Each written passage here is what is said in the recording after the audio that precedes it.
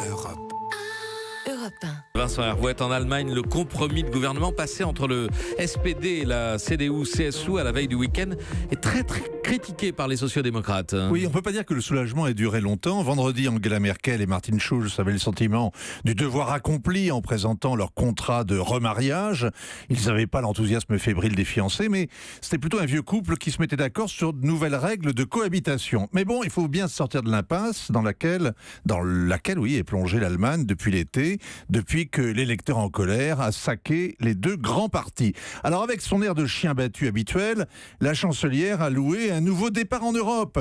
Martin Schulz, lui aussi, était lessivé par la négociation marathon et il a prétendu que c'était extraordinaire.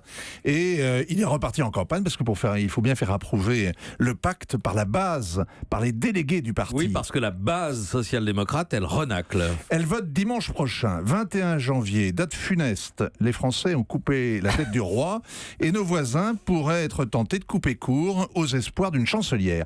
Car le replâtrage de la GroKo, la grosse coalition, suscite du scepticisme. Et la lecture des 28 pages du programme suscite de la colère. Le maire de Berlin, les dirigeants de plusieurs Länder, celui de Hesse, la Rhénanie-Palatinat, la Rhénanie-Westphalie, la Saxe-Anhalt, sans compter les jeunes socialistes, sont debout sur les freins. Si la gauche allemande retourne au pouvoir, ce sera divisé et à contre-cœur. Qu'est-ce qu'ils reprochent, ces militants de gauche, au pacte de gouvernement ? Comme Angela Merkel n'a pas réussi à faire alliance avec les libéraux et les écolos, les socialistes se sont résignés à une nouvelle cohabitation en se disant qu'Angela Merkel ne pourrait rien leur refuser. Eh bien, ils l'ont une fois de plus sous-estimé. Elle n'a rien lâché sur le social ni sur le fiscal. Elle a concédé des engagements assez vagues sur la relance européenne, mais c'est la ligne conservatrice qui s'impose sur la question clé de l'immigration. Le nombre d'étrangers est plafonné, 180 à 220 000 par an. C'en est fini pratiquement du regroupement familial et les aides financières aux nouveaux arrivants disparaissent. Vous voulez dire que le temps où Angela Merkel ouvrait les bras aux migrants est passé ?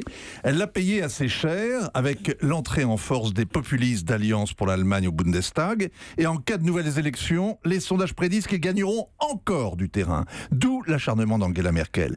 Alors c'est une étrange démocratie qui oblige la droite à s'allier avec ses adversaires de gauche, dont elle ne partage pas les idées, plutôt que de retourner devant l'électeur. Angela Merkel veut son 4e mandat. Elle s'obstine à la chancellerie en disant « moi ou le chaos ». Il n'y a pas le choix.